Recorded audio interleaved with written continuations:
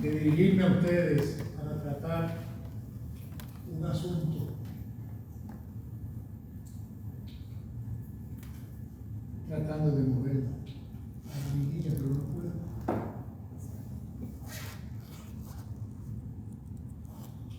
Tiene que apuntar aquí. Acá, ya.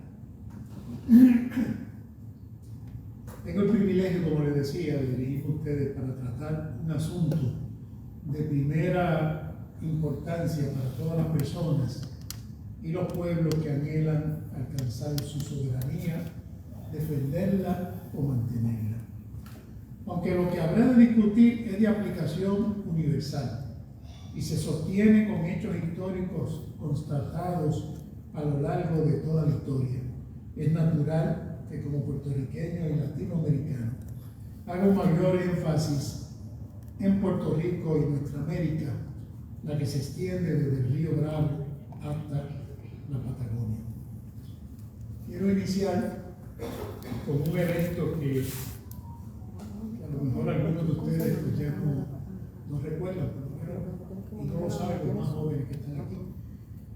Pero los días 18 y 19 de noviembre de 2006 se celebró en Ciudad Panamá, Panamá, el Congreso Latinoamericano y Caribeño por la independencia de Puerto Rico, con el auspicio del anfitrión Panamá y su presidente y presidente del Partido Revolucionario de Panamá, Martín Torrijos, y la presencia de 22 países latinoamericanos y del Caribe que apoyaban la independencia de Puerto Rico, y 15 partidos políticos que estaban en el poder. Yo estaba convaleciendo del infarto que sufrí un par de meses antes, en septiembre, aquí en Puerto Rico, y no pude participar en ese cónclave tan importante a favor de la independencia de Puerto Rico. Pero hay una anécdota que me cuenta mi compañero de oficina, el licenciado, el abogado Luis Varela Ortiz, hijo del gran periodista deportivo Luis Varela Solar. Me cuenta Luis Varela que en la misa, en una de las actividades de cena que había en la noche, en la mesa donde él se encontraba, había un joven que no representaba ninguna organización y no venía como representante oficial de ningún país. Entonces, pues se inicia la conversación y como todos eran puertorriqueños en la mesa, menos este joven, le preguntan a quién representaba y él dice, no, yo vine por mi cuenta. Y si, ¿de dónde vino? Si yo vine de Bolivia. Y se pagó el pasaje usted para acá, para apoyar la independencia de Puerto Rico. Y dice, bueno, es una historia un poco larga, pero para hacerla corta, le diré que mi padre me dijo, ya que yo no puedo ir, tú vas a ir. Y me vas a representar. Y es importante que vayas, la única razón por la que no vas a poder ir y que es justificable es que estés gravemente enfermo o muerto. No tienes que ir. Pero papi, ¿por qué? ¿Por qué esa insistencia de que tengo que ir a eso? Bueno, porque tú te pasas quejándote de que la lucha del pueblo boliviano para mantener su soberanía es una lucha muy difícil. Y yo quiero que tú vayas allí para que tú sepas que la lucha de nosotros no es tan difícil al lado de la lucha de los independentistas y nacionalistas puertorriqueños, que han dado la batalla más larga a favor de su independencia y siguen batallando a pesar de que no han obtenido los logros que han obtenido otros países. No pierden su fe en la lucha por la independencia. Y le dicen, ¿y quién es su papá? Que tiene esa conciencia tan marcada. Mi papá es el expresidente de Bolivia, Jaime Paz Zamora, pariente de otro expresidente, Paz Extensoro. Y con esta palabra, pues quiero ambientar lo que es la lucha por la independencia dentro del contexto imperialista más brutal que ha habido en la historia. Pero antes de entrar a discutir lo que yo he llamado en esta conferencia los retos del nacionalismo revolucionario en el siglo XXI, es menester que aborde el porqué del título de esta conferencia, aclarando de antemano que se trata más bien de una mirada inicial al tema, de cara precisamente a lo que decía la compañera Rosa Meneses de su campo, de cara al centenario de la fundación del Partido Nacionalista de Puerto Rico, que cumple 100 años el 17 de septiembre de este año. Aclaro también que por las limitaciones de tiempo, pues hoy solo podré cubrir la primera parte de esta conferencia. Definimos el nacionalismo revolucionario como aquella ideología que ha sido utilizada por diferentes pueblos que desean lograr sus objetivos a través de una revolución contra el orden establecido, como fue el caso de la Revolución Francesa y de las luchas emancipadoras de América en los siglos XVIII y XIX, comenzando por la guerra de independencia de las 13 colonias de lo que hoy día se llama los Estados Unidos de Norteamérica contra el imperialismo de Gran Bretaña y la guerra de independencia de Haití contra el imperio francés, y seguida por las guerras de independencia de la América Latina, que fueron responsables de la liberación de toda América Latina, culminando por la de Cuba contra los imperios, ¿verdad?, de España y Portugal, pero que dejaron inconclusa la independencia de Puerto Rico. Y aquí quiero volver atrás a la Conferencia de Panamá. En gran medida, aquellos 22 países que estaban allí reunidos, lo estaban por la deuda de gratitud que tenían con Puerto Rico. Puerto Rico fue protagonista de casi todas esas luchas de independencia. Líderes puertorriqueños como Andrew Rivera, como Pachín Marín, como Benabe, ¿verdad?, fueron luchadores en muchas de las guerras de independencia de nuestra América hispana. Y en gran medida lamentan todos estos pueblos que Puerto Rico todavía no haya concluido la suya. Se incluye también como parte de ese nacionalismo revolucionario de los republicanos irlandeses y el movimiento de independencia de la India en el siglo XX, que no empieza en el siglo XX, empieza mucho antes, contra el imperialismo británico y contra otros imperios, y el de los vietnamitas contra el dominio francés, y el de algunos participantes de la Revolución Mexicana que se levantaron contra las oligarquías representadas por el porfiriato, aliadas a los intereses de los Estados Unidos. Con el avance del siglo XX, veremos cómo las naciones africanas se levantan contra los imperios europeos hasta alcanzar su independencia. Y las naciones de Centro y Sudamérica se enfrentan a las invasiones y embestidas criminales del imperialismo de los Estados Unidos de Norteamérica para defender sus soberanías. Me refiero a todas las invasiones de Estados Unidos. El que crea que Estados Unidos empezó sus ensayos de imperialismo contra Puerto Rico se equivoca, y arrancó la mitad de México en la década del 50 del siglo XIX, y por ahí siguió con Puerto Rico, con Filipinas, con Cuba, con una invasión a Haití, con otra República Dominicana, con otra invasión a Guatemala, con invasiones en todos los pueblos para establecer sus intereses. Ahí usted tiene la United Fruit y tiene muchísimos otros intereses que estaban representados en Argentina, que estaban representados en Chile, que estaban representados en nuestras distintas naciones.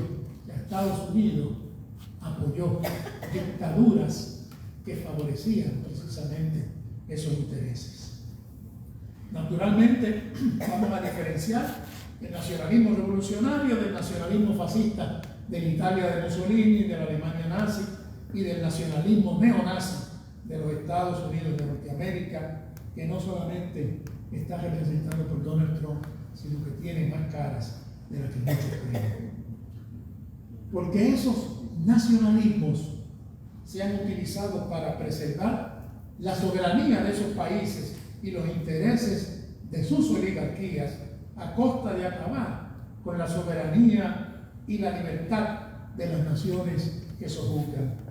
La diferenciación que acabo de hacer, aunque sumamente simple, es extremadamente necesaria, toda vez que hoy día, con el surgimiento de un nuevo orden mundial dirigido por enormes capitales en manos de conglomerados extraterritoriales, todas las soberanías están bajo ataque, incluyendo la soberanía de las naciones imperialistas, aunque eso les parezca raro.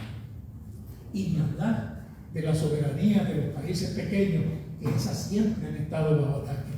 Y están bajo ataque todas las soberanías, imputadas unas y otras, indistintamente de fascistas, porque ese nuevo orden mundial requiere de su destrucción para actuar a sus anchas y sin restricción alguna. Vemos cómo incluso respetados intelectuales como el libanés Amin Maalouf atacan la ideología nacionalista como perniciosa, sin distinguir sus distintas formas y sin reparar en que para los pueblos más débiles dicha ideología resulta necesaria para fines defensivos contra el imperialismo que constantemente pretende establecer sobre ellos su dominio. Leí una entrevista los otros días de Amin Maalouf que le hicieron en París, donde le preguntan si él es libanés o francés, porque él comparte ambas ciudadanías, y él dice que no se siente parte de ninguna, o sea, que él no tiene su identidad, y eso es el resultado deliberado, del todo intencional, de ese nuevo orden mundial, que aspira a que no haya identidad, porque así es más fácil sojuzgarlo, ¿verdad? La identidad es el dinero, el consumo, que es más fácil sojuzgar a los pueblos así. Y en el discurso de Amin Maalouf se dramatiza el temor, a mi juicio infundado, de que todo nacionalismo deriva irremediablemente en el fascismo. Por momentos esa parece ser la inclinación del intelectual israelí Yuval Noah Harari. Sin embargo, por lo menos Harari reconoce que el nacionalismo tiene un lado bueno y un lado malo. Reconoce que el nacionalismo ha sido uno de los acontecimientos más positivos de la historia de la humanidad, pero advierte que también tiene un lado peligroso y acertadamente plantea el lado positivo del nacionalismo es que permite que millones de extranjeros se cuiden y cooperen entre ellos. El otro lado, el lado malo del nacionalismo, es el odio que pueden generar hacia los extranjeros, que se está dando hoy día en Dinamarca, se está dando mucho, se está dando en los Estados Unidos, en Alemania, en otros países nórdicos también. Creo que esta, dice Harari, no es la esencia del nacionalismo. Parte de los problemas que vemos hoy en ciertas partes del mundo es que en lugar de concentrarnos en amar a nuestros compatriotas, hay gente que se concentra en odiar a los extranjeros. Y la pregunta que uno se hace es, ¿se está refiriendo a su propio pueblo judío? Porque el pueblo judío se enfrentó al fascismo nazi, sufrió el fascismo como ningún otro pueblo lo ha sufrido. Pero como decía en uno de sus escritos más extraordinarios, Isaac Deutscher, que es el biógrafo, como ustedes saben, de León Trotsky, decía, sí, pero parece que se olvidaron del dolor, porque ahora persiguen a los hermanos palestinos. Y yo no sé si realmente Harari se refiere a eso en este ensayo. Hay personas, en esta entrevista, hay personas que a menudo pueden ser corruptas, que se llevan el dinero del sistema sanitario y que realmente no promueven los intereses de sus conciudadanos. Se refiere a algunos que utilizan el nacionalismo para llegar al poder y vaciar las arcas públicas, ¿no? Pero luego se presentan como muy buenos patriotas. Pues obviamente eso es condenable. Pero yo no voy a hablar de ese nacionalismo, yo no voy a hablar de esa desviación, voy a hablar del nacionalismo revolucionario. revolucionario. Y aunque me referiré en esta charla a ambos tipos de nacionalismo, obviamente voy a hacer énfasis en ese nacionalismo revolucionario utilizado en sus luchas de emancipación, defensa y preservación de la soberanía por movimientos tales como el Partido Nacionalista de Puerto Rico. También comenzaré a discutir los retos del nacionalismo revolucionario en el siglo XXI. Y cuando digo comenzaré, es porque evidentemente esta es una tarea que debe concernirle con entera prioridad al liderato de cada uno de los movimientos nacionalistas e independentistas. Advierto que aunque presenciamos el advenimiento de un nuevo orden mundial y un sinfín de cambios económicos, tecnológicos y en materia de reordenamientos políticos, no por ello todos los retos y paradigmas del nacionalismo revolucionario son nuevos.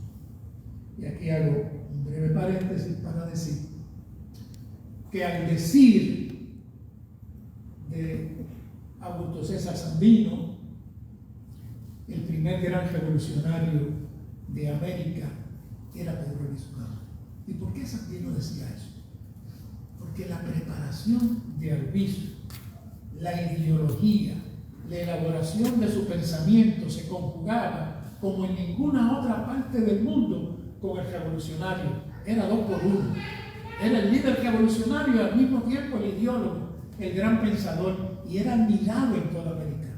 Pero no solamente era admirado en toda América, era admirado por la clase intelectual de todos los movimientos progresistas del mundo que firmaron para que fuera indultado, que hicieron campaña por su excarcelación en un par de momentos históricos.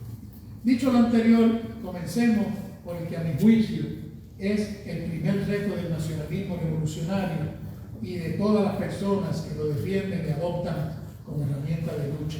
El primer reto, a mi juicio, del nacionalismo revolucionario en el siglo XXI es educar a todos sus nacionales, colonizados o no, oigan esto, colonizados o no, para que comprendan la necesidad de luchar por su plena libertad y preservarla. Entonces, hablemos de la libertad. Tanto a nivel individual como colectivo, la libertad constituye una de las aspiraciones más grandes y constantes del ser humano. Paradójicamente también nos ha generado inseguridad y temor. Ya ustedes tienen el famoso libro de Erich Fromm, ¿verdad?, del miedo a la libertad, que no es el único que aborda ese tema. Frank Fanon lo aborda también. La aproximación a la libertad como concepto, como producto del pensamiento humano, está matizada por todo aquello que afecta todo proceso mental. Para afirmar, como afirmaron Betances y Ludwig Born, que querer ser libres es comenzar a serlo, o para realizar cualquier acción dirigida a la libertad, se requiere que comprendamos lo que significa la libertad, la internalicemos, la aceptemos y tengamos la motivación de conseguirla. Todos los procesos descritos tienen que originarse primero en el pensamiento antes de materializarse en cualquier tipo de acción conducente a la libertad. En una sociedad que ha crecido bajo el colonialismo y cuya deformación nacional se debe en buena medida a procesos de asimilación, transculturación, desinformación y destrucción de todo aquello que conduzca a fomentar el orgullo patrio, existe por consiguiente un considerable temor a la libertad y a la independencia. Es por ello por lo que afirmo que el primer escenario de todo proceso de liberación, individual o colectiva, es la mente. El triunfo de la libertad presupone superar ese escenario. Quien aspira a una mayor dosis de libertad para sí los suyos debe aspirar al crecimiento. No sé si ustedes estudiaron, como 2 de mis compañeros y yo que estudiamos en la escuela superior, las rimas y leyendas, ¿verdad?, de Gustavo Adolfo Bécquer. En una de esas rimas, la rima 15, que aquí la conocemos porque los genios de la danza en Puerto Rico le pusieron música, y esa que comienza diciendo sentar flotante, el blanca espuma, rizada así. Bueno, pues esa es una descripción totalmente visual de la mujer amada. Lo que está describiendo es a su amada, Gustavo Adolfo Bécquer, pero cuando se describe a él mismo, en el penúltimo de los versos, dice: ansia perpetua de algo mejor, eso soy yo. Y quiero detenerme en eso, de ansia perpetua de algo mejor, porque en gran medida eso también caracteriza al ser humano, pero no a todos los seres humanos. Caracteriza al ser humano que tiene un propósito de superación. Recuerden que don Pedro Luis Ucano, en el discurso de Seboruco, que es el sepelio de Luchán y Rosado, que son los que le dan muerte en la justicia al coronel de la policía Riggs, pues él habla del supremo valor, ¿verdad? De que es la suprema virtud, pero dice que solamente con el valor el ser humano alcanza su transfiguración gloriosa. Y ya ustedes van a ver en el pensamiento de Pedro Luis Ocampo esa necesidad imperiosa de que el ser humano se supere.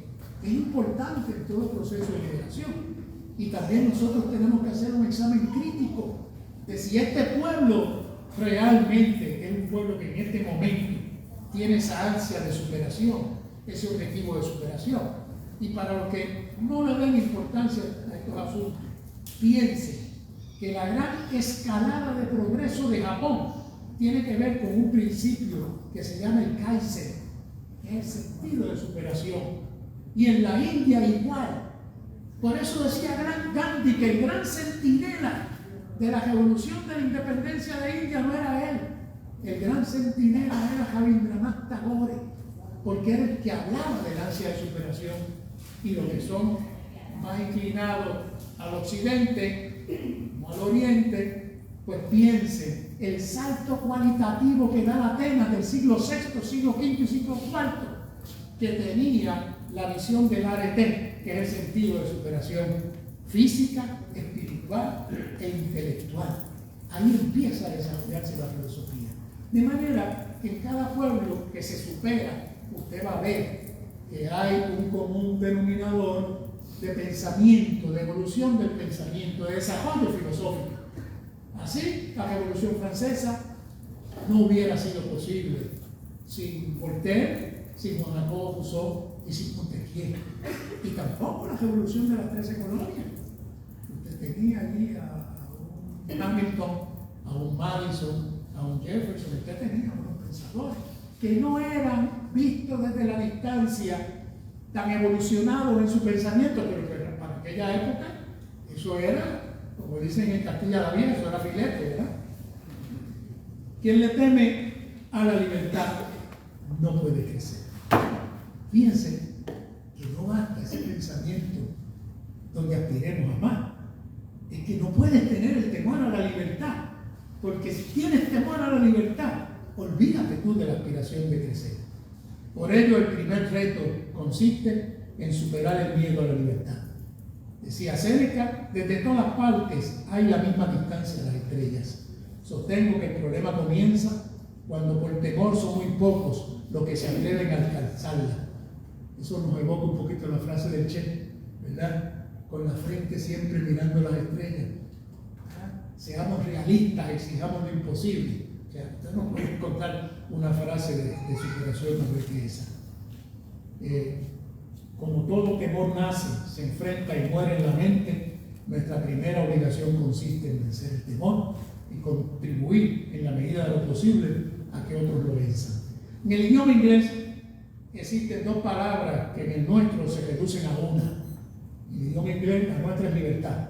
En el idioma inglés usted tiene liberty y freedom.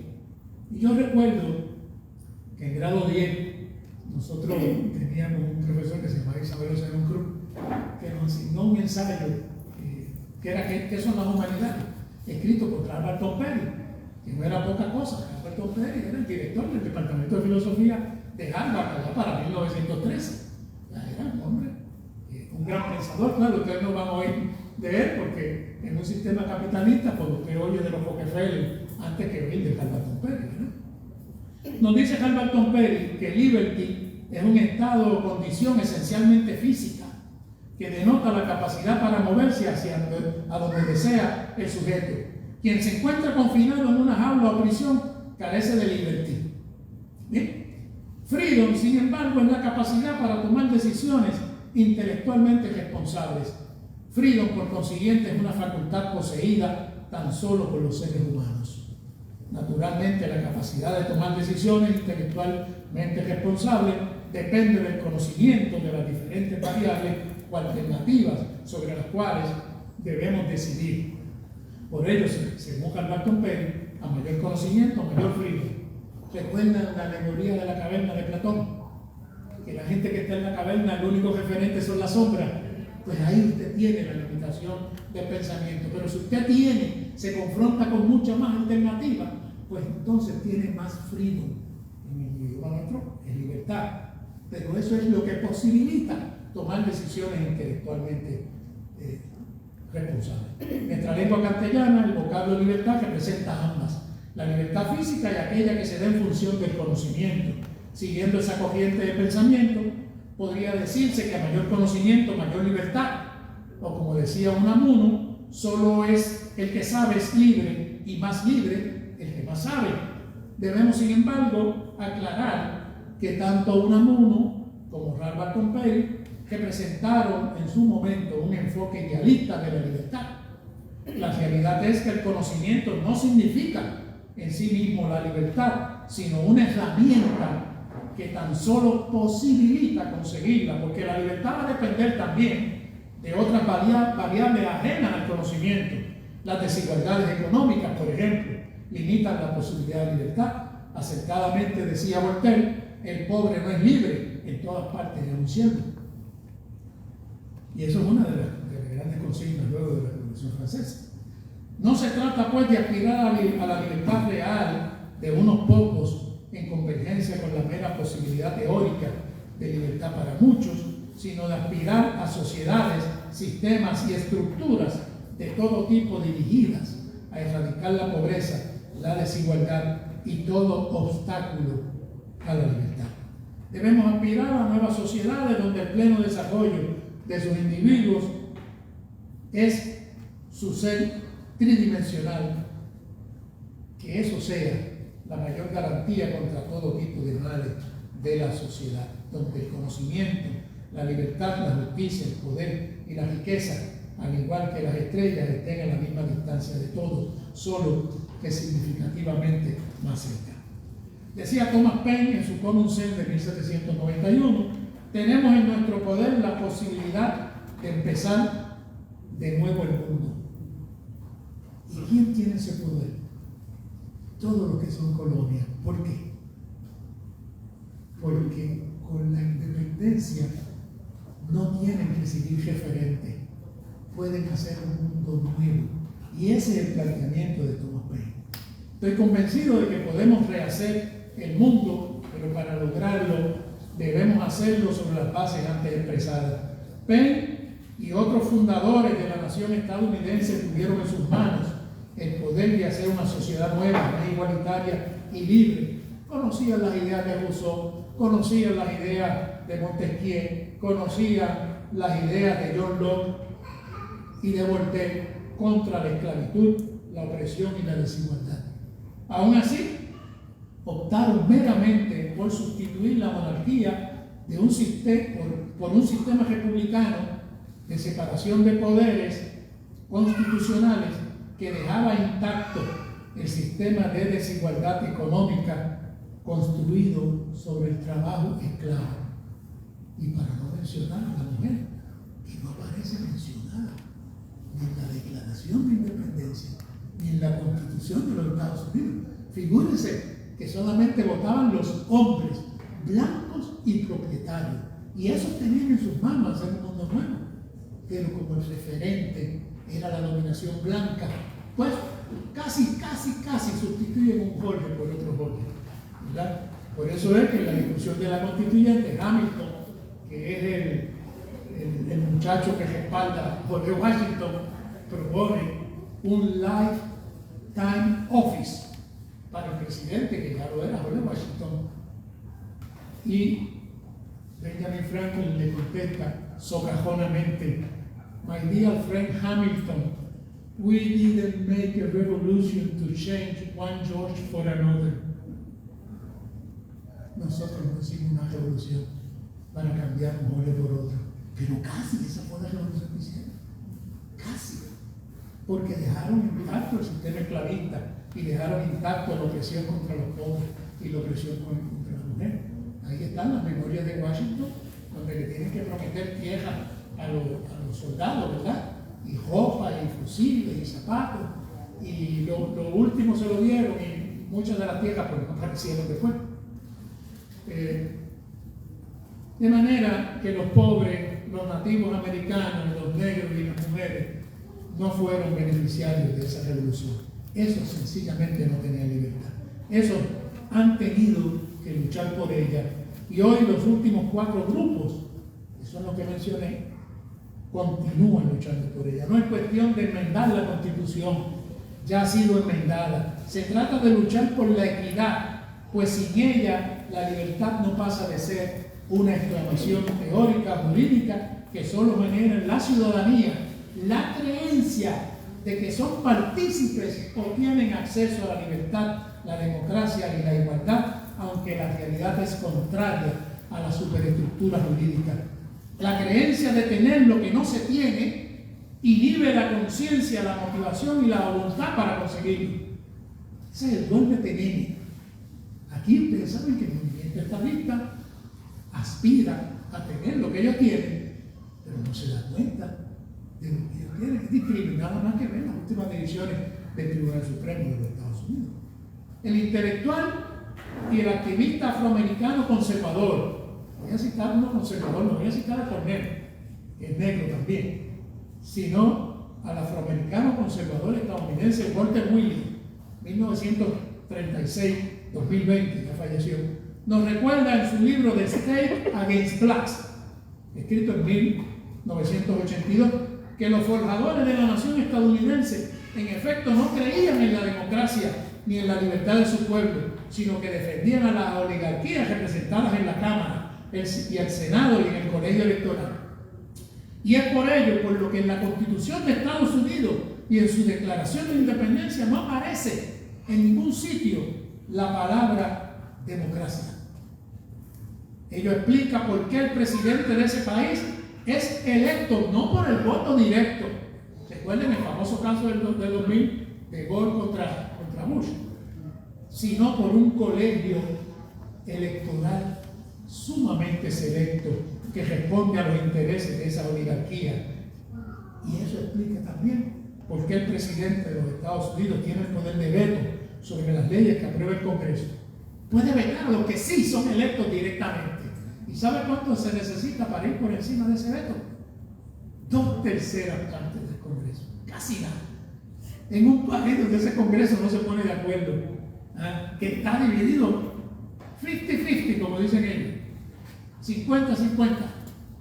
¿Cómo usted consigue 2/3 partes para ir por encima del presidente? Por el decreto del presidente. Imposible. De hecho, en la actualidad y desde hace más de una década, vemos en esa nación choques entre oligarquías y una división entre el capitalismo fundamentalista de los republicanos y el capitalismo neoliberal de los demócratas. También vemos el regreso del enfrentamiento de los viejos estados confederados del sur, desde Texas hacia Florida en el este y subiendo hasta Virginia en el norte, que apoyan a candidatos como Trump, y los estados del norte que tienden a apoyar más a los candidatos representativos del capitalismo liberal del Partido Demócrata. La gran diferencia con el siglo XIX, donde perdieron en ese país casi 1 millón de personas. O sea, en la guerra que más norteamericanos han muerto, no en la segunda, ni en la primera, ni en la guerra de Vietnam, ni en la guerra de Corea, no, es en la guerra entre ellos mismos. ¿Ya?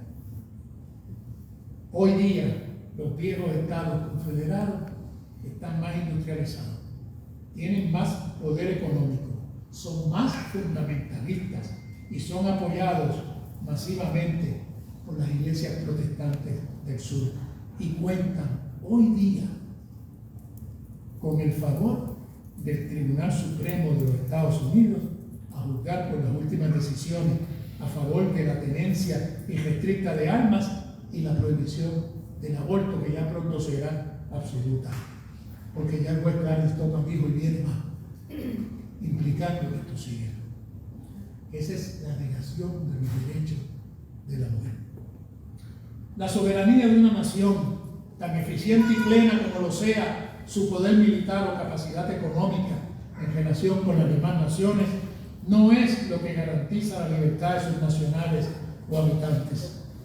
No importa la forma de gobierno que asuma la soberanía, si está cimentada en sistemas económicos generadores de desigualdades sociales, pobreza y opresión, terminará por consiguiente reñida con la libertad. Decía Ludwig Born que no existe ningún hombre que no ame la libertad, pero el justo la pide para todos y el injusto solo la pide para él. La realidad es que sin los elementos de justicia y equidad, la libertad no es lo suficientemente amplia como para cobijarnos a todos. A nadie debe sorprender que la consigna de la Revolución Francesa fuera libertad, igualdad y fraternidad. De otra forma no la consiguieron Voltaire, Rousseau y Montesquieu. La soberanía, independencia o libertad colectiva de un pueblo frente a otros pueblos es tan deseable que nadie, a no ser por su ignorancia, la rechace. El gran dilema que debemos solucionar es sobre qué bases filosóficas, sociales y económicas habrá de elegirse la soberanía. Por su parte, el paradigma de la libertad individual es aspirar a la suprema dosis posible, aquella que nos permita el máximo desarrollo, pero que no impida el desarrollo de los demás. Por último, debemos entender como Gandhi que no hay camino hacia la libertad y la independencia. No hay un camino particular. Gandhi decía que la libertad y la independencia son el camino y que la soberanía y la libertad son al mismo tiempo objetivos como puntos de partida o herramientas que nos permiten lograr otros objetivos. Por ello, una vez conquistadas, deben mantenerse, defenderse, desarrollarse, regenerarse, pues al igual que todo organismo vivo, el día que no se regeneren, comenzarán a degenerarse y a morir. El segundo gran reto del nacionalismo revolucionario y de todas las personas que lo defienden y adoptan como herramienta de lucha es ayudar a todos sus nacionales, repito, colonizados o no, a entender al imperialismo. No se puede vencer a ningún mal ni a ningún enemigo sin conocerlo. Vamos a entender al imperialismo. Hace unos días, hace 6 días precisamente, el Papa Francisco, pontífice de origen argentino de la Iglesia Católica, en una entrevista concedida a Bernalda Llorente, que yo creo, Rosa, por el apellido que debe ser peruana, porque los Llorentes son peruanos, en su residencia del Vaticano, el Papa Francisco emitió las siguientes declaraciones. Latinoamérica todavía está en ese camino lento de lucha del sueño de San Martín y Bolívar. Puso a San Martín primero, los argentinos son argentinos. Por la unidad de la región. La región siempre fue víctima y será víctima hasta que no se termine de liberar de imperios explotadores. No quiero mencionarlos porque son tan obvios que todo el mundo los ve. Interrogado sobre los caminos políticos que se han registrado en varios países de Latinoamérica con proyectos populares e inclusivos que rechazan el neoliberalismo, el Papa argentino recordó que el sueño de San Martín y Bolívar es una profecía. Hay que trabajar para lograr la unidad latinoamericana, donde cada pueblo se sienta a sí mismo con su identidad y a la vez necesitado de la identidad del otro. No es fácil, aseguró. Y no es fácil, precisamente porque el imperialismo impide en todo momento esa unidad. Y usted sabe lo que pasó con el Mercosur. Ya usted sabe lo que ha pasado con otros proyectos. Ya la agresión es una agresión constante. Pero, evidentemente, entre otros imperialismos, el Papa Francisco se refiere al imperialismo de los Estados Unidos de Norteamérica porque es el que más presencia tiene en América Latina. Y para los que crean que esto es poca cosa, recuerden ustedes que la Iglesia Católica en gran medida se crea o se desarrolla, más bien se desarrolla, por los intereses imperialistas de Constantino. Y aquí vamos a hacer una pequeñita historia. Para finales del siglo III, allá para el año 296, Diocleciano inventa una nueva forma, en una crisis del Imperio Romano, inventa una nueva forma de dirigirlo. Usted sabe que después del César, pues viene Octavio, que es Augusto César, y ese es el primer emperador. Pero como era Augusto, pues los emperadores se llaman Augusto. Pero en la crisis política de la Roma del siglo III, pues Diocleciano inventa las tetrarquías. Y las tetrarquías no son otra cosa que una división geopolítica, no una fragmentación del imperio como hubo después, sino una división de administración política donde en la parte oriente del imperio va a haber un Augusto y un César. El Augusto es la figura de más poder y el César como un vicepresidente, vamos a verlo así. Pero también en la parte occidente va a haber un Augusto y un César. Pero eso acabó con la renuncia del mismo Diocleciano en el 304. Él, que era el Augusto, renuncia, y el César de él renuncia. ¿Y quién se queda? El hijo de Constancio, que está viviendo cerquita de lo que hoy día es Londres, que está viviendo en Britania. Esa era la parte occidente del Imperio Romano. Y ese Augusto se queda con su César, pero los soldados de él ven la oportunidad y lo declaran emperador.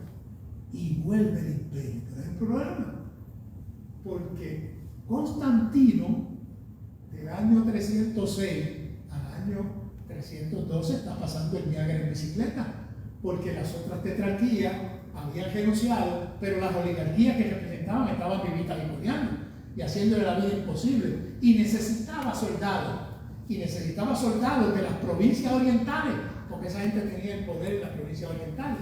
Y el norte de África sacó cuenta, hasta lo que hoy día es Turquía, que era Efeso, ¿verdad? Es una ciudad que todavía pertenece a Turquía, en esa área. Efeso vive como ciudad, como Alepo, que es de las ciudades más antiquísimas del mundo.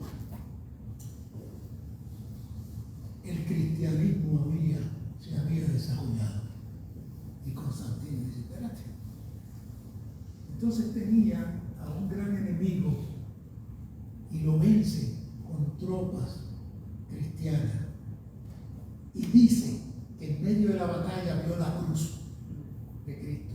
No se convierte al cristianismo, pero al año siguiente viene el famoso edicto de Milán en el 313, que no es un edicto nada, que es un pronunciamiento de Constantino y otra gente de tolerancia al cristianismo. O sea, te vamos a tolerar que practiques la religión.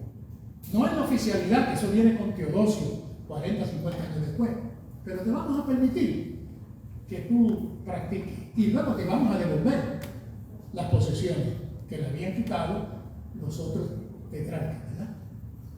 Y de ahí al concilio de Nicea, del 313 al 325, pues lo que hay son 12 años más.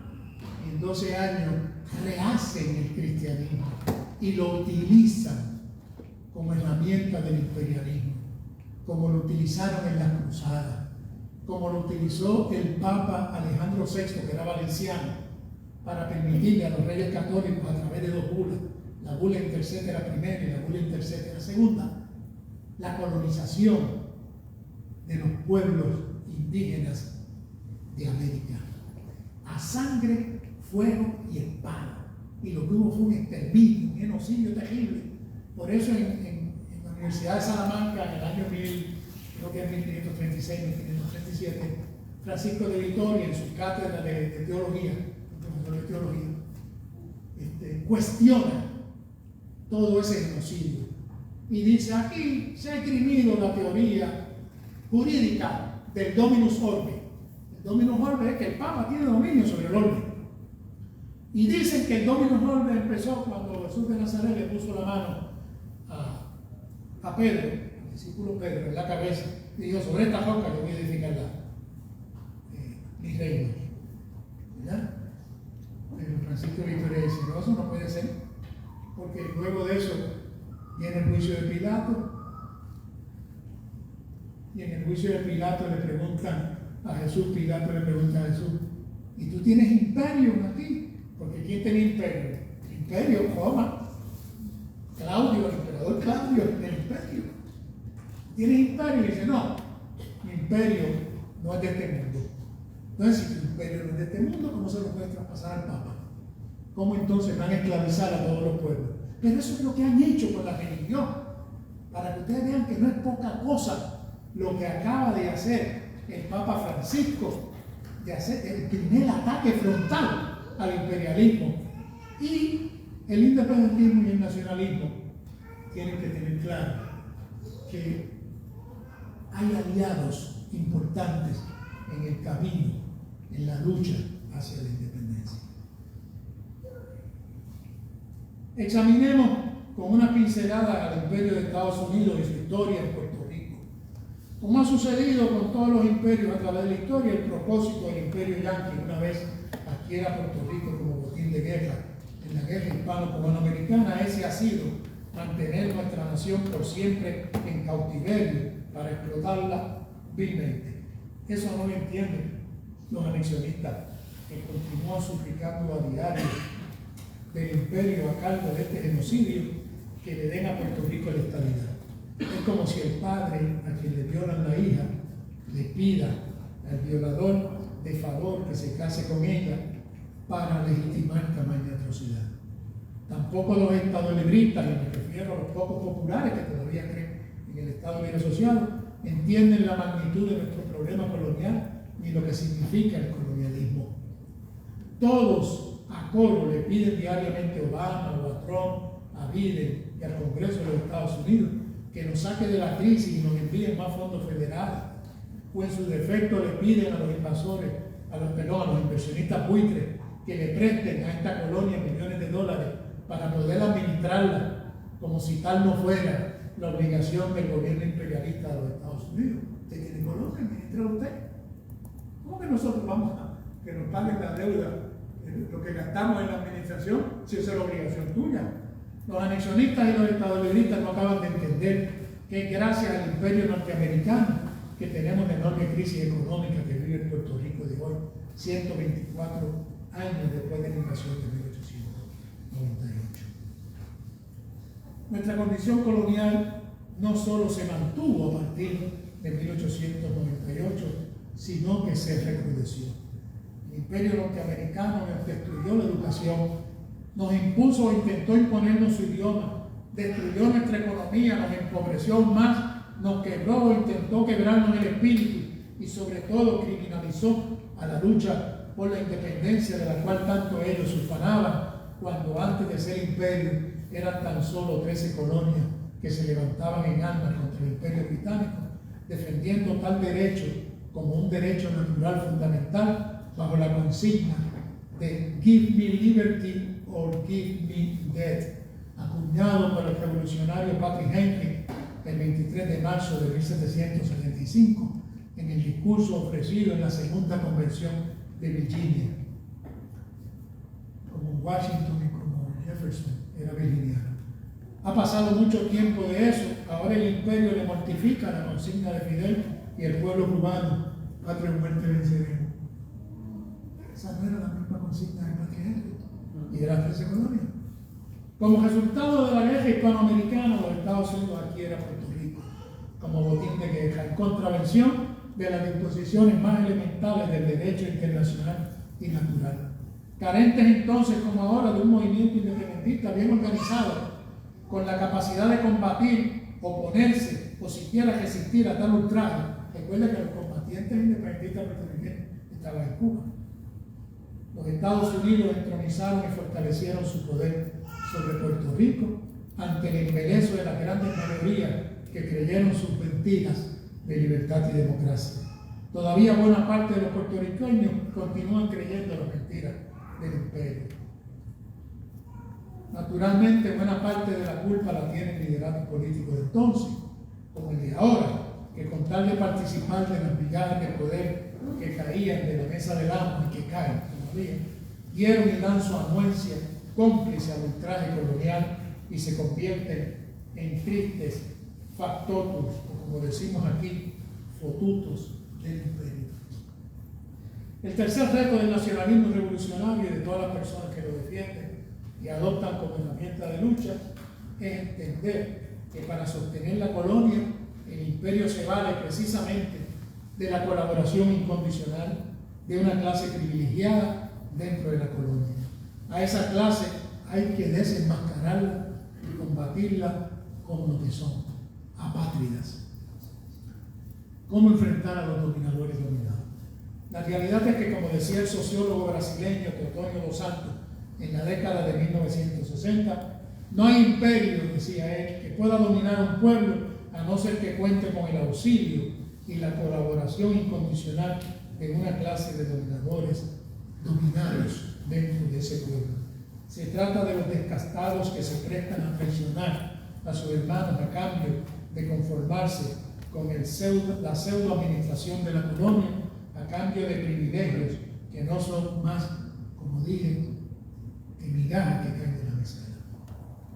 La experiencia de las últimas 3 décadas ha sido más que elocuente al establecer que el verdadero propósito de los líderes de los partidos coloniales en Puerto Rico no es luchar por la igualdad, la dignidad, la seguridad y el desarrollo económico de nuestro pueblo, sino llegar a lo que ellos llaman eufemísticamente el poder, que no es otra cosa que la posibilidad de coadministrar la colonia con el único y deliberado propósito de enriquecerse ellos y a sus aliados y amigos a través de infinidad de inmerecidos contratos y toda suerte de actos de corrupción. La prueba es más que evidente. Mientras Puerto Rico sigue decreciendo económicamente, y los invito a leer los trabajos de Heriberto Mariñino, que nos compara la economía de Puerto Rico con todas las economías del Caribe, de islas pequeñas de 40.000, 50.000, 200.000 habitantes, cuyo per cápita y desarrollo económico es superior al de Puerto Rico. Mientras Puerto Rico sigue decreciendo económicamente, su sociedad se descompone a pasos agigantados y lejos de ganar más poderes políticos cada vez tiene menos. En ese proceso muchos de los alcaldes y funcionarios de los partidos coloniales son acusados, arrestados y condenados por las autoridades del imperio que los cogieron robándose los fondos públicos transferidos por ellos a su colonia. Luego, cada 4 años, como si nada hubiera pasado, hacen campañas políticas prometiéndole los partidarios de la estadidad a sus electores que habrán de solicitar al Congreso de los Estados Unidos un proyecto de ley que logre la estadidad para Puerto Rico. Y los partidarios de Lela prometiendo a sus electores que habrán de solicitar al Congreso de los Estados Unidos un proyecto de ley que desarrolla el Estado Libre Asociado, como si tales cosas le interesaran al imperio. Eso sí, ambos lideratos, los rojos y los azules, les prometen a sus respectivos electores que seguirán mendigando fondos federales, pero esta vez tendrán más controles contra la corrupción. Ya al pueblo de Puerto Rico se le agotó la paciencia, el liderato del Partido Popular está en total descrédito ante el pueblo y es muy posible que se trate de los últimos líderes de un partido destinado a desaparecer por falta de propósito e historial de pulcritud. El liderato del Partido Nuevo Progresista no está mejor que el PPD.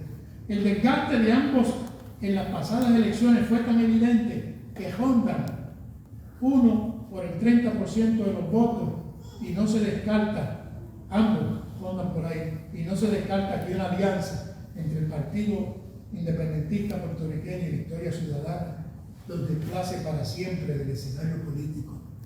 Si eso llegara a ocurrir, no estoy diciendo que eso no ocurre, pero si eso llegara a ocurrir, se lo merecen. Y el pueblo de Puerto Rico merece también la derrota de esos fotutos del imperio. En este mes de julio, el liderato del PNP solía celebrar bochornosamente con bombos y platillos el 4 de julio, que es el día de la independencia de Sudán del Norte. Y el liderato del Partido Popular solía celebrar vergonzosamente con grandes desfiles y fanfarrias el 25 de julio, día de la invasión norteamericana, suelo boricua, y de su embeleco colonial, el Estado Libre Asociado. Ya apenas lo celebran. Y si lo celebran, ni sus seguidores van. El pasado 4 de julio, el gobernador Pedro Pierluisi, ante una escasa concurrencia de estrechos seguidores a sueldo, reunida en Cataño, habló de lo mucho que valora la ciudadanía americana, sin mencionar que esa ciudadanía es de segunda, que se han llevado muchos pleitos para decirle al Tribunal Supremo de los Estados Unidos que están tratando a los ciudadanos de aquí como ciudadanos de tercera y cuarta categoría, porque no le dan los mismos beneficios que a los ciudadanos continentales en el Seguro Social. ¿Y sabe lo que dice el Supremo? Es que esa ciudadanía de ustedes fue legislada y nosotros hacemos con esa ciudadanía lo que querramos y le damos los derechos que nosotros querramos. ¿Ah? Y los estadistas todavía se doblegan, y los estadounidenses también quieren tratar con esa gente, quieren dialogar con esa gente, quieren negociar con esa gente, a pesar de todos los atropellos de que hemos sido víctimas sobre 123 años. ¿De qué se trata el proyecto de que habla Pierluisi? Lucy habla de que el proyecto que el Congreso habrá de actuar lo antes posible sobre el borrador de proyectos, se lo digo en esa conferencia, impulsado por algunos congresistas sobre el destino de Puerto Rico. Vamos a aclarar, son 2 o 3 cambios lo que han escrito eso. Eso es un borrador, eso no ha llegado ni a primera base. Entonces, ¿de qué se trata ese borrador de proyecto de ley? Bien sencillo.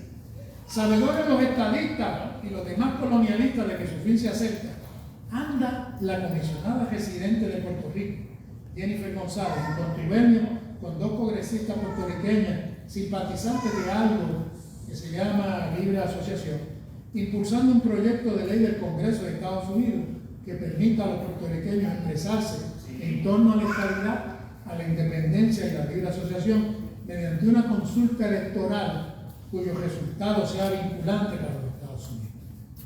Se trata de un proyecto antimuerto, pues parte de la premisa de que tales alternativas son cónsonas con los intereses de Estados Unidos. Si los Estados Unidos quisiera alguna de esas alternativas, la hubiera gestionado hace mucho tiempo, sin necesidad de que los puertorriqueños la solicitasen. Si invadieron a Puerto Rico, aquí no le pidieron permiso a nadie. Aquí no hubo plebiscito. Impusieron el acta Young sin plebiscito ninguno. Impusieron la ciudadanía sin plebiscito. El acta Flora, que el de 1900 le impusieron sin plebiscito. Allí fue a deponer Julio J. Ena, el doctor Ena. Y digo, pero ustedes son unos imperialistas. Fíjense que nosotros no estamos bajo el Departamento del Interior, estamos bajo el Departamento de la Marina de Guerra. Y un congresista dijo que claro, si los adquirimos en una guerra. Así le contestó. Dice, entonces Ena le dice, pero ustedes nos prometieron que nos iban a dar la estadidad. Pero cuando se está debatiendo la estadidad en el acta Young, muchos congresistas utilizaron la expresión móviles. Eso es desgastado. Eso es, tú no tienes patria. Entonces, no se preocupen. Vamos a darle, porque están de frente a la Primera Guerra Mundial. No sabían cuánto iba a durar y querían que usar los puertorriqueños en la Primera Guerra Mundial. Entonces le dieron la ciudadanía, pero como ustedes saben, es una ciudadanía de tercera. Y esos ciudadanos en Puerto Rico no votaban ni siquiera por el gobernador. Luego, en la década del 40, inmediatamente después de la celebración del primer y segundo Congreso de Independencia, que contó con la participación de la inmensa mayoría del liderato político del país, apoyando la independencia, los alcaldes, legisladores, el segundo de esos congresos fue dirigido el primero por el doctor Perea y el segundo de esos congresos en diciembre, el 10 de diciembre de 1944, fue dirigido por Gilberto Concepción de Gracia. Pues con el fin de aplacar ese avance del nacionalismo y del independentismo en Puerto Rico, el Congreso aprobó la ley del gobernador electivo. ¿Por qué? Porque cuando el acta Young, ¿quién nombraba al gobernador? Estados Unidos. ¿Quién nombraba a los jueces? Estados Unidos. ¿Y el gobernador quién era? Los americanos, nada más faltaba. Como es el caso de Landon Ritchie, el artífice de las 2 masacres y el perseguidor más grande del nacionalismo en Puerto Rico. A partir de esa ley se le permite a los puertorriqueños elegir al gobernador responsable de administrarle la colonia a los Estados Unidos. Más tarde, tras fundarse en 1946 el Partido Independentista Puertorriqueño y regresar a Puerto Rico en diciembre del 47, don Pedro Albizu Campos, líder indiscutible del nacionalismo puertorriqueño, los Estados Unidos, temerosos de perder su colonia, aprobaron en 1950 la Ley 600. ¿Nadie se la pidió? ¿Y para qué era? Meramente para dotar al gobierno de Puerto Rico de una constitución de juguete, una constitución con una carta de derechos que ellos iban a enmendar, pero que los Estados Unidos se reservaba el poder de enmendar también. De hecho, el Partido Nacionalista boicoteó el proceso, el Partido Independentista también. El Partido Independentista y el Partido Nacionalista, los dos hacen campaña. El Partido Independentista no envía un solo delegado, a pesar de ser un partido inscrito en ese momento que la ley lo facultaba, no envía a ningún delegado. De manera que no había un solo delegado independentista, pero uno de los delegados socialistas se hizo independentista en el proceso de la discusión de la constituyente, Mario Orsini, y cuando estaba una de las delegadas, que era la vicepresidenta de la constituyente, presidiendo, le dice él: señorita presidenta, tengo una pregunta. Y dice: adelante, delegado Orsini, ¿cuál es la pregunta? ¿Qué hacemos aquí? ¿Cómo es que hacemos aquí? Aprobando una constitución de juguete, ¿será? Por ahí más está Cecil B. DeMille haciendo la película El Gran Circo, ¿verdad? Y está buscando payasos, maromeros y acróbatas. Miren a ver si ustedes se prestan para eso, así. En el récord. O sea, no había ningún propósito de esa constitución, era un duérmete nene, ¿verdad? Y entonces, ¿cuál es la respuesta del Partido Nacionalista? La revolución. Esa es la revolución del 50. Esa es la respuesta del Partido Nacionalista. Y como quiera, se aprueba la constitución con el mayor número de electores en contra o abstenidos. Esa constitución se aprobó con un 49%, una cosa así. Y desde la cárcel La Princesa he entrevistado a Pedro Albizu Campos con relación a la gran aportación de Muñoz Marín, que nos hace servir de muchacho demandado a los Estados Unidos para dotar a la colonia puertorriqueña de un nuevo ropaje jurídico. Y le preguntan a don Pedro sobre esa constitución y sobre Muñoz. Y don Pedro dice: Muñoz Marín es un simple títere del gobierno yanqui en Puerto Rico, que tiene razón en una sola cosa, y es que en verdad el Estado Libre Asociado es una forma política nueva, porque este Estado no tiene ninguno de los atributos de un Estado. Es un Estado sin ciudadanía porque le está vedado intervenir en ese asunto. Estados Unidos sigue afirmando que los puertorriqueños son sus ciudadanos. Es un Estado sin dominio sobre la moneda, tiene que usar la extranjera impuesta, el dólar. El famoso Estado no puede mantener relaciones internacionales, es un Estado al que ningún Estado reconoce. Estados Unidos sostiene esas relaciones a nombre de Puerto Rico sin reconocer derecho a su criatura, el Estado Libre Asociado, a relacionarse con nadie. Por lo tanto, tampoco puede celebrar tratados internacionales económicos ni de ninguna índole indispensables para la vida de un país libre e independiente. No tiene dominio tampoco sobre los transportes, ni marítimos ni aéreos. Ese famoso Estado no tiene ni un cogeo propio donde echar una carta. Y así hasta el infinito. Ese Estado sí tiene una gran responsabilidad de clave: recaudar el dinero forzosamente para cubrir los gastos del gobierno de la intervención militar de los Estados Unidos en Puerto Rico, los gastos para administrar la colonia. Esa es su gran labor. El esclavo que no está dispuesto a pagar por su libertad será obligado a pagar por su esclavitud. Si ustedes analizan de dónde viene la deuda pública, del Estado pagando los platos rotos de la administración colonial. Fíjense qué visionario es Albizu Campos. Todavía en la actualidad algunos de los líderes populares le mienten al pueblo diciéndole que Puerto Rico no es una colonia, que era una colonia, pero que eso se resolvió en 1952 con un gran pacto entre dos naciones al que bautizaron con el nombre de Estado Libre Asociado. Ellos saben perfectamente que nuestra situación colonial no cambió en el 52. Ellos saben que la ley 600 solo le permitía al pueblo de Puerto Rico aprobar una constitución que no podía ir por encima de la constitución de Estados Unidos, y un gobierno local con unas cámaras legislativas que no podían ni pueden ir por encima ni contradecir las leyes del Congreso de los Estados Unidos, un tribunal supremo, el de Puerto Rico, que no puede contradecir en lo más mínimo lo resuelto por el Tribunal Supremo de los Estados Unidos, y un gobernador de pacotilla que, impotente para resolver nuestros problemas de pueblo, tiene que conformarse con ser un muchacho demandado del presidente de Estados Unidos. Vamos al cuarto reto.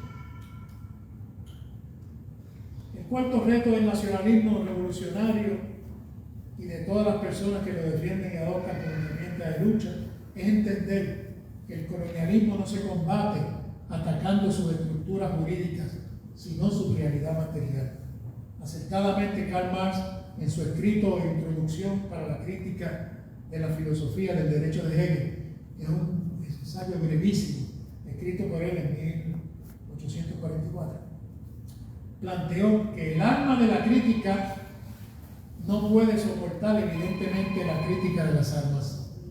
La fuerza material debe ser superada por la fuerza material, pero también la teoría llega a ser fuerza material apenas se enseñorean las masas. La teoría es capaz de adueñarse de las masas apenas se muestra ad hominem, y se muestra ad hominem apenas se convierte en radical. Ser radical significa atacar las cuestiones en la raíz. Sostengo que la estructura jurídica de la colonia es un fantasma, y como se sabe es imposible atacar un fantasma.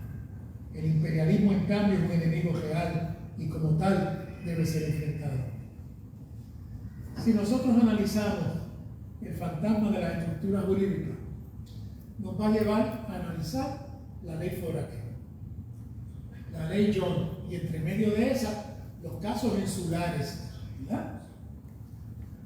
Basta con estudiar nuestra historia para entender que nuestros líderes políticos, incluso algunos que son o fueron independentistas, han invertido grandes recursos y tiempo en atacar la colonia desde su estructura jurídica.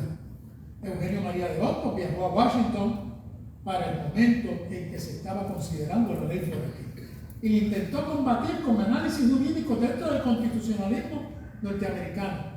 Se publicaron 10 artículos en el Washington Post. De esos 7 fueron publicados por Eugenio María de Hostos. Le dio una paliza en derecho constitucional de Estados Unidos.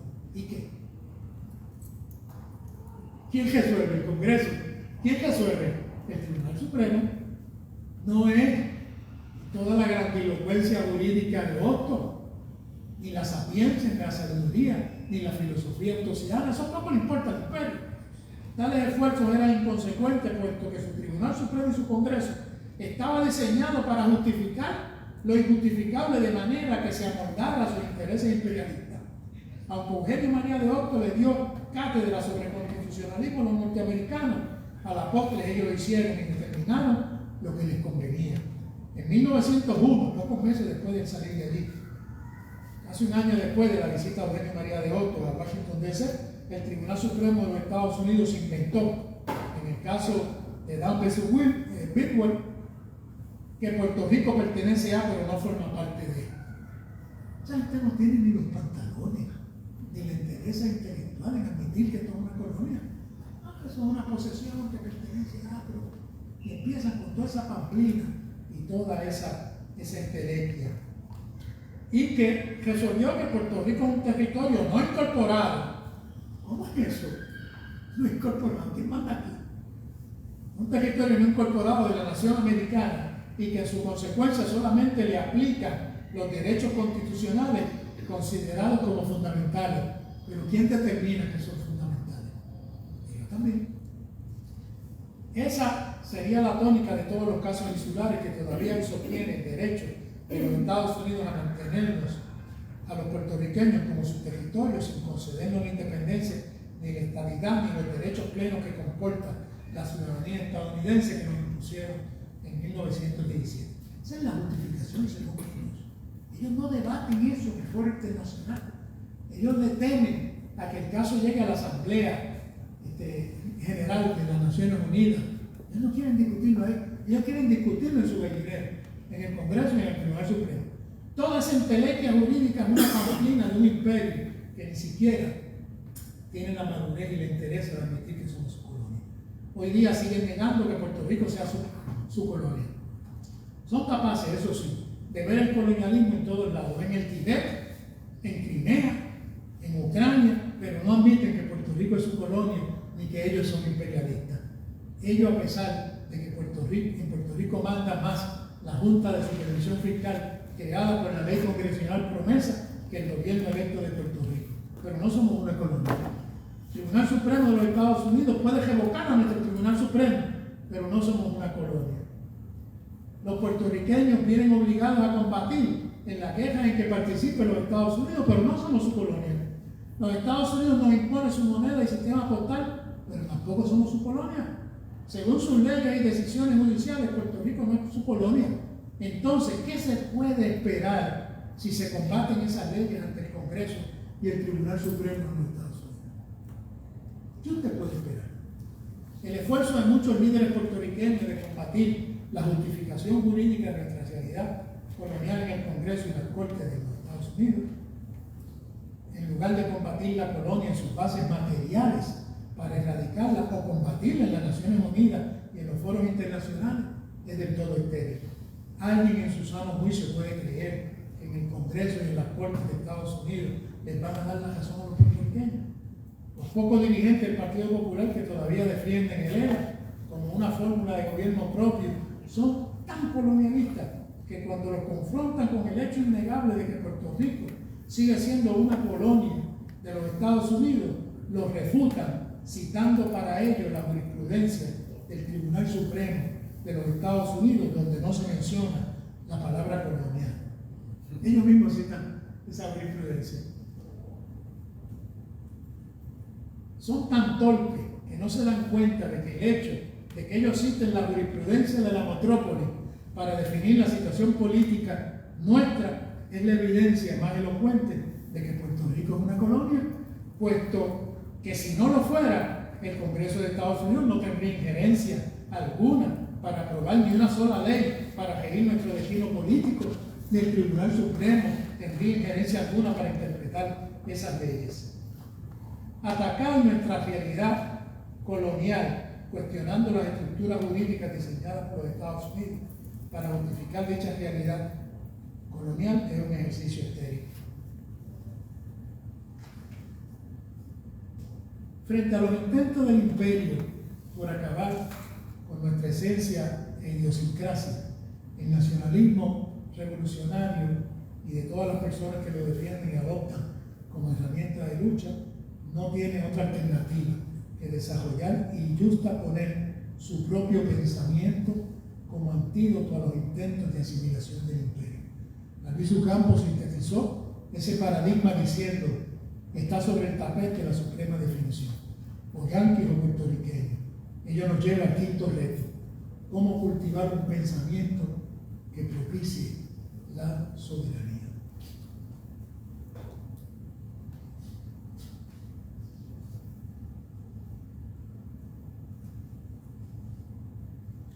La gran capacidad humana de pensar tiene inherentes limitaciones. El pensamiento no es el cerebro lo que la orina es al riñón. El producto de una mente particular está matizado por lo que antes pensaron otras personas. De manera que no es casualidad que en un proceso tan largo de colonialismo, de cerca de 500 años, o más de 500 años, en Puerto Rico haya tantos colonialistas todavía. El gran milagro es como decía Ricardo Alarcón en un conversatorio que hicimos con él el día de, se cumplieron 10 años, ¿verdad?, de la muerte de Lolita Lebrón. Y Ricardo Alarcón nos decía, pero la grandeza del pueblo de Puerto Rico es que a pesar de todos esos años, todavía mantenga viva la lucha. Ustedes, contra viento y marea, han desarrollado un pensamiento independentista. Ustedes no han sido avasallados por el pueblo norteamericano. Ustedes se les trató de eliminar el idioma, siguen con el idioma. Ustedes siguen amando la puertorriqueñidad.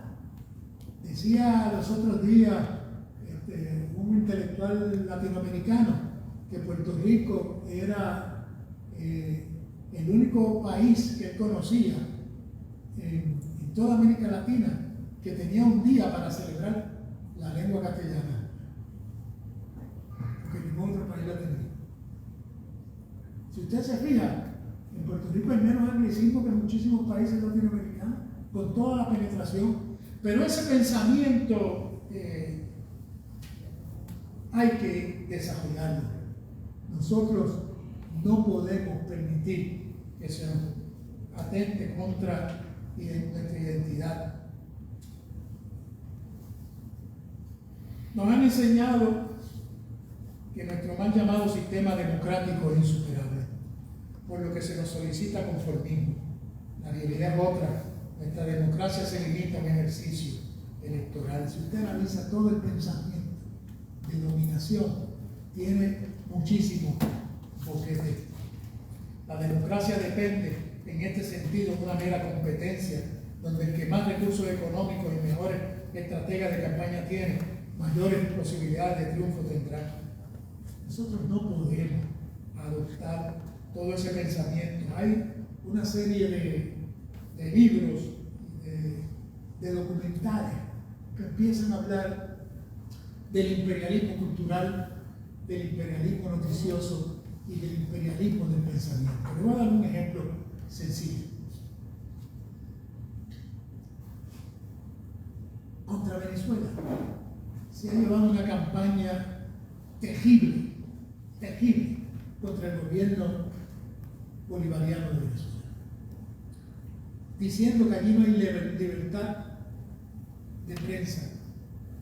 No han asesinado a un solo periodista. En México los asesinan por docenas. En el México de Peña Nieto, cuéntelo, los asesinados. En la Colombia, hasta ahora que llegó Petro y Márquez, en esa Colombia, ¿saben cuántos líderes sindicales fueron asesinados en los últimos 50 años? Tiene que ser un récord. Contra Cuba hablan barbaridades. Nadie les reconoce sus avanzadas en el sistema de salud. ¿Y por qué hacen todo eso?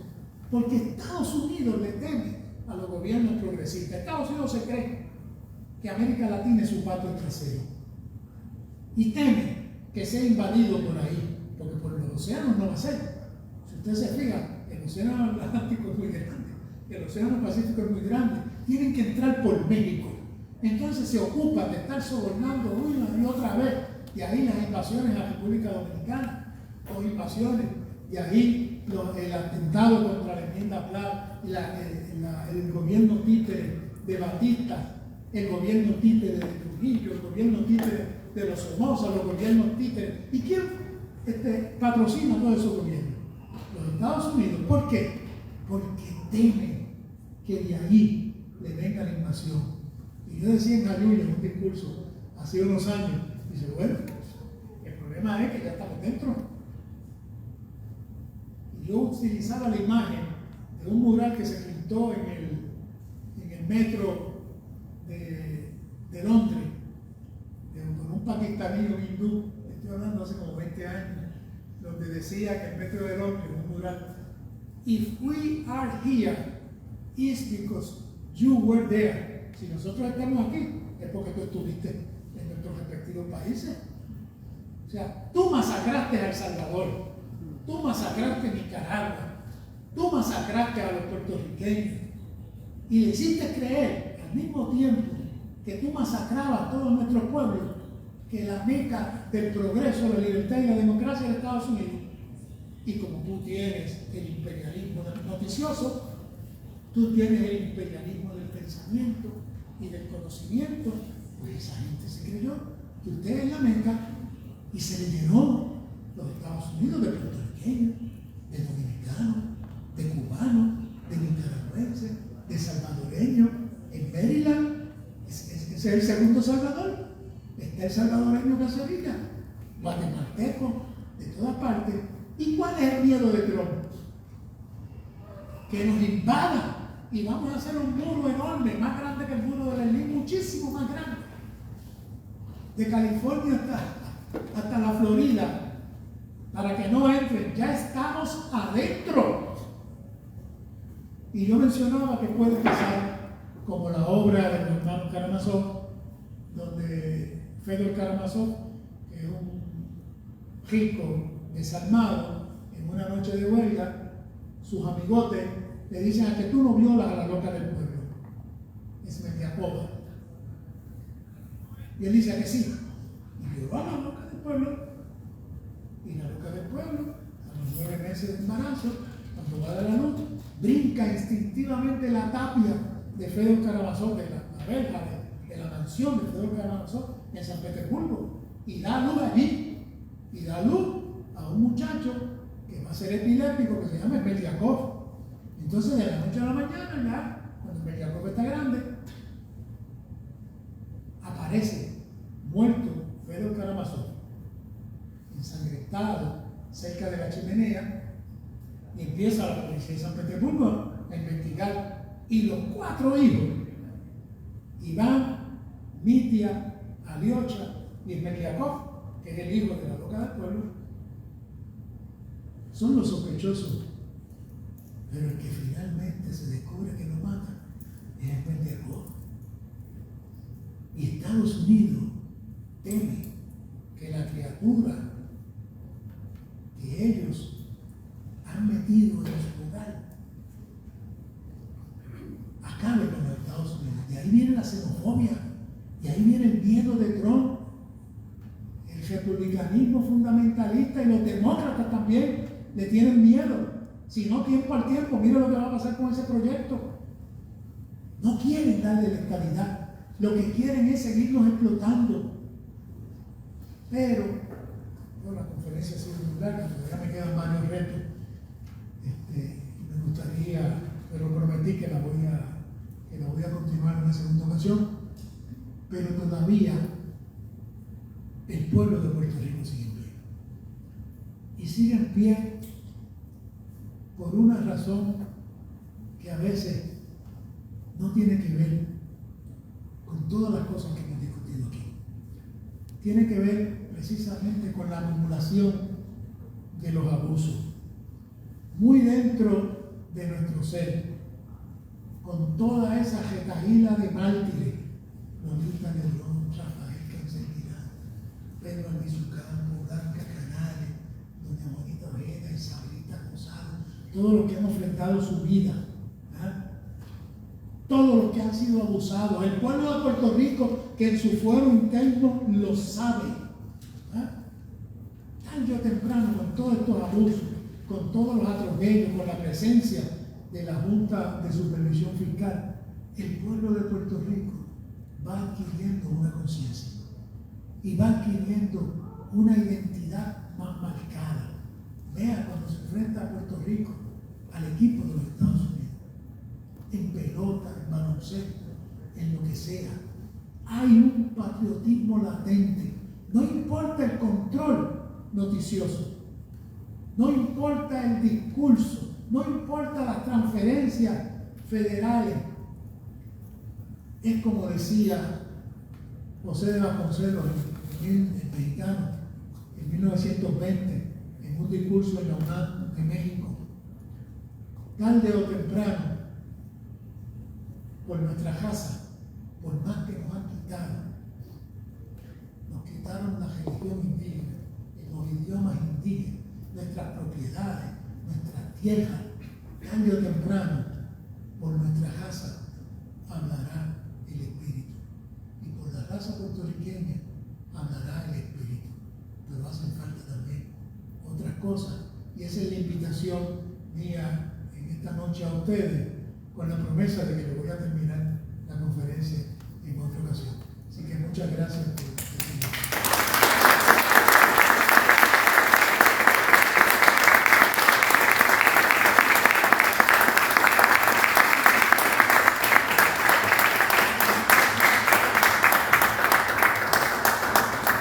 Gracias a todos compañeros, principalmente al licenciado Carlos Rodríguez, nuestro querido hermano y compañero. Le agradecemos la presencia de todos aquí esta noche y a todos los que se han conectado, ¿verdad?, por las vías, como se usa hoy en día, tecnológicas, pero que no quería dejar pasar la oportunidad para invitarlos a nuestra próxima conferencia, que será el 4 de agosto. Igual a las 6 de la tarde, o 6:30 como empezamos hoy, que va a estar a cargo de la licenciada Linda Vaquero. Y no tengo el título de la conferencia aún, pero el tema va a ser sobre la nulidad del Tratado de París, un tema muy importante